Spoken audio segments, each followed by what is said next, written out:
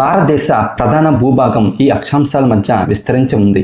భారతదేశ ప్రధాన భూభాగం ఈ అక్షాంశాల మధ్య విస్తరించి ఉంది. ఈ అక్షాంశాల మధ్య 8 డిగ్రీల 4 సెకండ్ల ఉత్తర అక్షాంశం మరియు 37 డిగ్రీల 6 సెకండ్ల ఉత్తర అక్షాంశాల వరకు. ఈ సముద్ర తీరం అరేబియా శాఖ యొక్క వర్షాభావ ప్రాంతంలో ఉండటం వలన మరియు బంగాళాఖాతం శాఖకు సమాంతరంగా ఉండటం వలన నైరుతి ఋతుపవనాల కాలంలో ఎక్కువగా పొడిగా ఉంటుంది. ఏ తీరం అది? కోరమండల్ తీరం.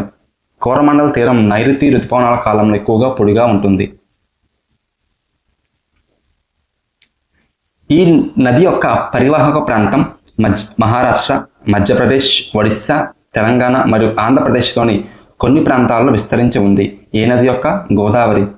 గోదావరి నది యొక్క పరివాహక ప్రాంతం మహారాష్ట్ర, మధ్యప్రదేశ్, ఒడిస్సా, తెలంగాణ, ఆంధ్రప్రదేశ్లో కొన్ని ప్రాంతాల్లో విస్తరించి ఉంది.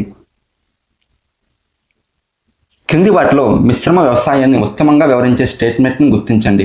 మిశ్రమ వ్యవసాయం. దీనికి సరైన సమాధానం ఆప్షన్ 1. భూమిని ఆహారం మరియు పశుగ్రాస పంటలు పండించడానికి మరియు పశువుల పెంపడానికి ఉపయోగించడమే మిశ్రమ వ్యవసాయం. భూమిని ఆహారం మరియు పశుగ్రాస పంటలను పండించడానికి మరియు పశువులను పెంపకానికి ఉపయోగించడమే మిశ్రమ వ్యవసాయం. ఈ చెట్లు ఎక్కువగా సముద్ర తీరాలలో, ఇసుక బీచ్లలో, చిత్తడి నేలల్లో మరియు అలల ప్రభావానికి గురైన భూముల్లో ఎక్కువగా ఉంటాయి. ఏ చెట్లు అండి? అవి మడ చెట్లు. ఏంటి అవి? మడ అడవులు. మడ అడవులు అనేవి మనకి సముద్ర తీరాల్లో, ఇసుక బీచ్ల్లో, చిత్తడి నేలల్లో మరియు అలల ప్రభావానికి గురైన భూముల్లో ఎక్కువగా పెరుగుతాయి మడ అడవులు. ఒక దేశంలో సానుకూల జనాభా పెరుగుదల ఈ సందర్భంలో గమనించవచ్చు. ఏ సందర్భంలో? జనన రేటు మరణ రేటు కంటే ఎక్కువగా ఉన్నప్పుడు. జనన రేటు మరణ రేటు కంటే ఎక్కువగా ఉన్నప్పుడు జనాభాలో సానుకూల పెరుగుదల కనిపిస్తుంది. క్రింది స్టేట్మెంట్లో ఒకటి నేల అనే పదాన్ని బాగా వివరిస్తుంది. ఏమిటండి అది? భూ ఉపరితలాన్ని కప్పి ఉంచిన సన్నని రేణువుల పొరనే మనం నేల అని అంటాం. భూమి ఉపరితలాన్ని కప్పి ఉంచిన సన్నని రేణువుల పొరనే మనం నేల అని అంటాం. ఖండాంతర భూపటలం మరియు మహాసముద్ర భూపటలంలో అధికంగా లభించే ఖనిజాల వరుసగా. దీనికి సరైన సమాధానం ఆప్షన్ 1. సిలికా మరియు అల్యూమినియం, సిలికా మరియు మెగ్నీషియం. కరిగిన శిలాద్రవం చల్లబడి ఘనరూపంలో మారినప్పుడు ఈ శిలలు ఏర్పడతాయి. ఏ శిలలు? కరిగిన శిలాద్రవం చల్లబడి ఘనరూపంలోకి మారినప్పుడు అగ్నిశిలలు ఏర్పడతాయి. ఏ శిలలు? అగ్నిశిలలు ఏర్పడతాయి. హార్టికల్చర్ అనే పదం దేనిని సూచిస్తుంది? హార్టికల్చర్ అంటే వాణిజ్య ఉపయోగం కోసం కూరగాయలు, పువ్వులు మరియు పండ్లను పెంచడమే హార్టికల్చర్. వాణిజ్యం కొరకు పట్టుపురుగుల పెంపకం ఏమిటి? సెరికల్చర్. ఏమిటది? సెరికల్చర్. ద్రాక్ష సాగు చేపట్టడం విటికల్చర్. ఏమిటది? విటికల్చర్. క్రింది వాటిలో ఉత్తర అమెరికా గుండా వెళ్తున్న అక్షాంశం. ఉత్తర అమెరికా గుండా వెళ్తున్న అక్షాంశం ఏమిటి? కర్కట రేఖ. ఉత్తర అమెరికా గుండా వెళ్తున్న అక్షాంశమే కర్కట రేఖ. క్రింది వాటిలో రూపాంతర శిల కానిదాన్ని గుర్తించండి. క్రింది వాటిలో రూపాంతర శిల కానిదానాన్ని గుర్తించండి. ఏమిటది? సున్నపరాయి అనేది రూపాంతర శిల కాదు. పాలరాయి, షిట్,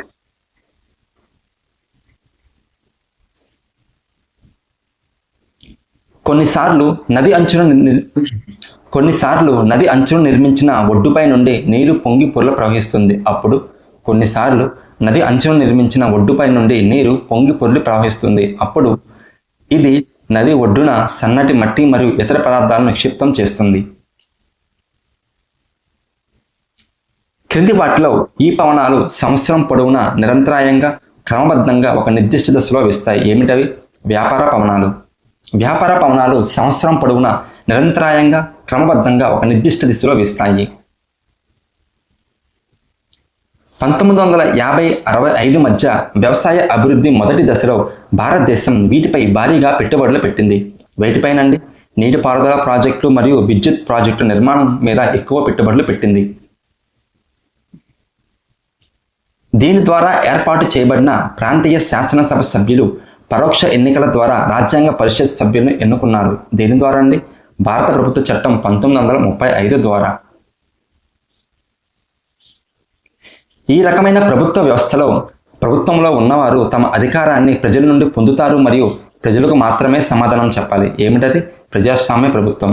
ప్రజాస్వామ్య ప్రభుత్వంలో ఉన్నవారు తమ అధికారాన్ని ప్రజల నుండి పొందుతారు మరియు ప్రజలకు మాత్రమే సమాధానం చెప్తారు. క్రింది వాటిలో భారత పౌరుడి ప్రాథమిక హక్కు కానిది ఏమిటది? కొన్ని కేసుల్లో అరెస్టు మరియు నిర్బంధానికి వ్యతిరేకంగా రక్షణ పొందే హక్కు ప్రాథమిక హక్కే. ప్రభుత్వ ఉపాధిలో సమాన అవకాశాలు పొందే హక్కు ప్రాథమిక హక్కే. సంఘాలు సభలుగా ఏర్పడే హక్కు కూడా ప్రాథమిక హక్కు అవుతుంది. అంతేగాని ఆదేశిక సూత్రాలు అమలు కోసం ఆదేశాలు జారీ చేయమని కోర్టుకు వెళ్లే హక్కు ప్రాథమిక హక్కు కిందకి రాదు. కింది వాటిలో భారతదేశం ఆతిథ్యం ఇచ్చిన సార్క్ శిఖరాగ్ర సమావేశాలు గుర్తించండి.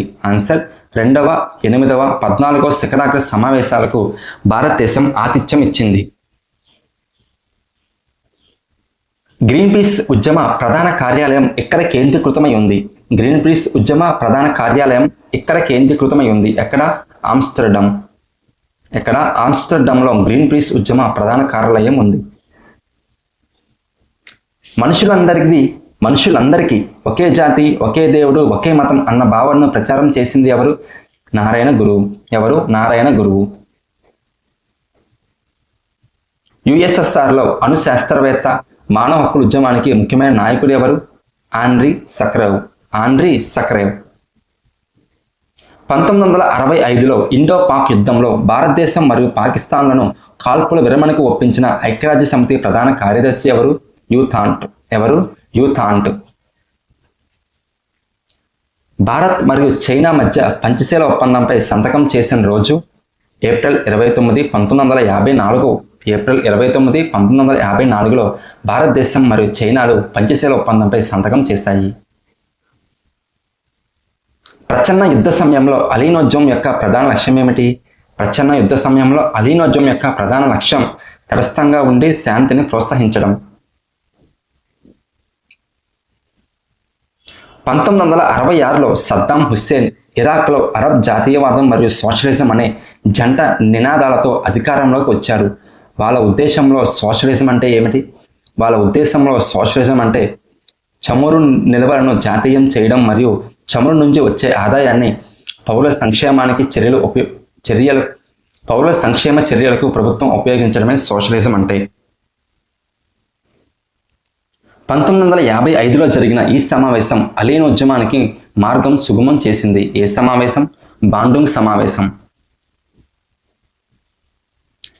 భారతదేశంలోని కేంద్ర అంశాలపై సాధారణ బిల్లుకు సంబంధించి సరైన స్టేట్మెంట్ని గుర్తించండి. ఏంటి సరైన స్టేట్మెంట్? సాధారణ బిల్లును ఆమోదించడంలో పార్లమెంట్ మరియు ఉభయ సభల మధ్య ఏమైనా తేడాలు ఉంటే తుది నిర్ణయం పార్లమెంట్ ఉమ్మడి సమావేశంలో తీసుకోబడుతుంది. క్రింది వాటిలో ప్రపంచీకరణకు ఉత్తమ ఉదాహరణ ఏది? క్రింది వాటిలో ప్రపంచీకరణకి ఉత్తమ ఉదాహరణ ఏంటి? దేశ సరిహద్దులు దాటి వస్తువులు, సేవలు, మూలధనం మరియు సమాచార మార్పిడి అనేది ప్రపంచీకరణకు ఉత్తమ ఉదాహరణ. వ్యవస్థీకృత రంగంలో పనిచేసే కార్మికుడికి కింది వాటిలో ఒకటి వర్తించదు. ఏమి వర్తించదు? సెలవులకు గాను కార్మికుడికి జీతం చెల్లించబడదు. సెలవులకు గాను కార్మికుడికి జీతం చెల్లించబడదు వ్యవస్థీకృత రంగంలో.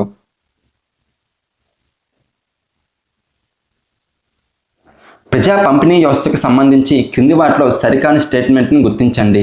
ప్రజా పంపిణీ వ్యవస్థ. అతిపేద కుటుంబాలకు అంత్యోదయ కార్డులు జారీ చేస్తారు. సరి అయినదే. పేదవారికి బీపీఎల్ తెల్ల కార్డులు జారీ చేయబడతాయి. సరి అయినదే. అంత్యోదయ బీపీఎల్ కార్డులు ఒకటే అన్నాడు. ఇది సరి అయినది కాదు. దారిద్ర్య రేఖకు ఎగువ ఉన్న కుటుంబాలకు పింక్ కార్డులు జారీ చేయబడతాయి. ఇది కూడా సరి అయినదే. సుస్థిర అభివృద్ధి అనే భావనను మొదట ఈ సంవత్సరంలో కనిపించింది. సుస్థిర అభివృద్ధి అనే భావన మొదట ఈ సంవత్సరంలో కనిపించింది. ఏ సంవత్సరంలో? 1980వ సంవత్సరంలో కనిపించింది. ప్రభుత్వానికి వడ్డీ, రుసుములు మరియు డివిడెంట్ల రూపంలో వచ్చే మొత్తాన్ని ఇలా అంటారు. ఏమంటారు? పన్నేతర రాబడి. ఏమంటారు? పన్నేతర రాబడి. వడ్డీ, రుసుములు, డివిడెంట్ రూపంలో వచ్చే మొత్తమే పన్నేతర రాబడి. క్రింది వాటిలో ఒక దానిని అధిక విలువల లావాదేవీలకు ఉపయోగించవచ్చు. క్రింది వాటిలో ఒక దానిని అధిక విలువల లావాదేవీలకు ఉపయోగించవచ్చు. దేనినండి మనం? ఆర్టీజీఎస్. ఆర్టీజీఎస్ని అధిక విలువ లావాదేవీలకు ఉపయోగించవచ్చు. ప్రపంచ వాణిజ్య సంస్థ అమలులోకి వచ్చిన రోజు ప్రపంచ వాణిజ్య సంస్థ అమలులోకి వచ్చిన రోజు ఎప్పుడండి వచ్చింది? వరల్డ్ ట్రేడ్ ఆర్గనైజేషన్ మనకి జనవరి 1, 1995 సంవత్సరంలో అమలులోకి వచ్చింది. భారతదేశంలో ద్రవ్య సరఫరాను నియంత్రించినది. భారతదేశంలో ద్రవ్య సరఫరాను ఎవరు నియంత్రిస్తారు? భారత రిజర్వ్ బ్యాంక్. భారత రిజర్వ్ బ్యాంక్ అనేది భారతదేశంలో ద్రవ్య సరఫరాని నియంత్రిస్తుంది. కింది వాటిలో ప్రజా పంపిణీ వ్యవస్థ ద్వారా ఆహార పదార్థాల సేకరణను మరియు ఆహార ధాన్యాల అమ్మకాన్ని నిర్వహించేది ఎవరు నిర్వహిస్తారండి? భారత ఆహార సంస్థ. భారత ఆహార సంస్థ అనేది భారతదేశంలో ప్రజా పంపిణీ వ్యవస్థ ద్వారా ఆహార ధాన్యాల సేకరణ మరియు ఆహార ధాన్యాల అమ్మకాలను నిర్వహిస్తుంది. వినియోగదారులకు పాలు అమ్మే పంపిణీదారుడు ఆర్థిక వ్యవస్థలోని ఈ రంగం కిందకి వస్తాడు. వినియోగదారులకు పాలు అమ్మే పంపిణీదారుడు సేవా రంగం కిందకి వస్తాడు. థామస్ మన్రో భారతదేశంలోని ఈ ప్రాంతంలో రైతువారీ సెటిల్మెంట్ వ్యవస్థను రూపొందించాడు. ఏ ప్రాంతంలోనండి? దక్షిణ మరియు పశ్చిమ ప్రాంతంలో. దక్షిణ మరియు పశ్చిమ ప్రాంతంలో థామస్ మన్రో రైతువారీ వ్యవస్థను రూపొందించాడు. క్రింది వారిలో తెలంగాణ రాష్ట్రంలోని తెగలను అధ్యయనం చేసిన ప్రముఖ పండితుడు మరియు మానవ శాస్త్రవేత్త హైమన్ డార్ఫ్. ఎవరండి? Hyman dwarf. క్రీస్తు పూర్వం 6వ శతాబ్దంలో మగధ మహాజనపదాలను పాలించిన మొదటి పాలకుడు. మగధ మహాజనపదాలను పాలించిన మొదటి పాలకుడు ఎవరు? బింబిసార. ఎవరండి? బింబిసార. 1871లో ఫ్రాన్స్ ఈ ఒప్పందం ద్వారా అల్సాస్ మరియు లోరైన్లను జర్మనీకి ఇచ్చింది. ఏ ఒప్పందం ద్వారా? ఫ్రాంక్ఫర్ట్ ఒప్పందం ద్వారా. ఏంటిది? ఫ్రాంక్ఫర్ట్ ఒప్పందం ద్వారా. ఫ్రెంచ్ రాజ్యాంగం ప్రకారం ఈ హక్కులను సహజమైన మరియు విడదీయరాని హక్కులుగా పరిగణిస్తారు. ఏ హక్కులని? ఫ్రెంచ్ రాజ్యాంగం ప్రకారం ఏ హక్కులను సహజమైన మరియు విడదీయరాని హక్కులుగా పరిగణిస్తారు? ఏ హక్కులని? ABC అన్నీ అంట. జీవించే హక్కు, వాక్ స్వాతంత్రపు హక్కు, అభివృద్ధి స్వేచ్ఛ హక్కు, చట్టం ముందు సమానత్వ హక్కు. మైకేల్ ఆంజెలో చెక్కిన ఈ శిల్పం క్రీస్తు మృతదేహాన్ని పట్టుకున్న మేరీని వర్ణిస్తుంది. ఏ శిల్పం? పైట. బుద్ధుడు మరియు అతని అనుచరుల బోధనలు ఈ గ్రంథాలలో సంకలనం చేయబడ్డాయి. ఏ గ్రంథాలలో? సుత్తపీఠిక, అభిధమ్మ పీఠిక, వినయ పీఠిక. ఈ మూడిట్లో సంకలనం చేయబడ్డాయి. 1947లో హైదరాబాద్ రాష్ట్రాన్ని ఇండియన్ యూనియన్లో విలీనం చేయడానికి వీరి ఆధ్వర్యంలో హైదరాబాద్ రాష్ట్రంలో పెద్ద సంఖ్యలో సమావేశాలు నిర్వహించబడ్డాయి. ఎవరి ఆధ్వర్యం? రామానంద తీర్థ. 1919లో రౌలట్ చట్టానికి వ్యతిరేకంగా మహాత్మా గాంధీ దీనికి పిలుపునిచ్చారు. దేనికి? సత్యాగ్రహ.